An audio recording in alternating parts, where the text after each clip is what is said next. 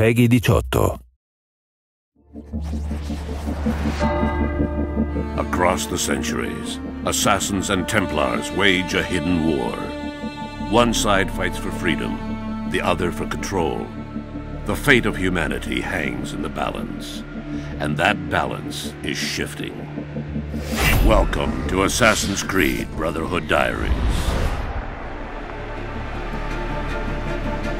Assassin's Creed is about a grand battle between Templars and assassins that are hidden behind the scenes of history. The assassins are a force dedicated to maintaining and protecting our free will. And that sets them in direct opposition to the Templars, who are all about control. It's a very, very interesting universe where we have many levels of depth and many angles to explore. It's a totally immersive game where you get to relive amazing experience in a strong historical context.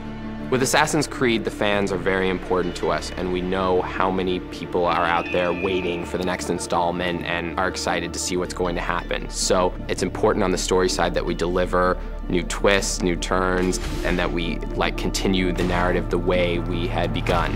Assassin's Creed 1, as most of people know, was set in the Third Crusades during the 12th century.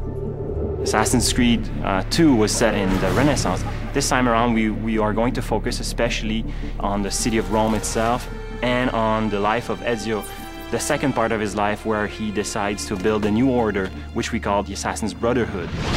So Ezio is initially just a young guy who finds himself forced into this world that he never knew existed. He's then exposed to this war between Templars and assassins, and then struggles and fights to find his place in things. And it just so happens to be sort of at the side of the assassins. Assassin's Creed Brotherhood is a little bit like a new season of a great TV show. Assassin's Creed Brotherhood starts off at exactly the moment that Assassin's Creed 2 ended.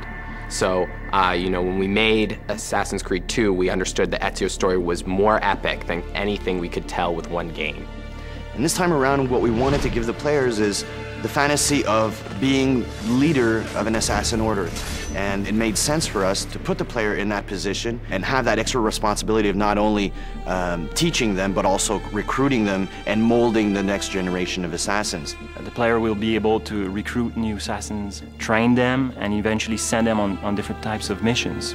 You will see many familiar faces in Assassin's Creed Brotherhood. Lots of characters that you knew before in Assassin's Creed 2 will return, but not necessarily the way you expect. Now Ezio is much older, he's wiser, and he's about to become a leader of the Assassin Order, and he'll need to prove that he truly can lead. But things aren't going to go as planned. Next on the Brotherhood Diaries.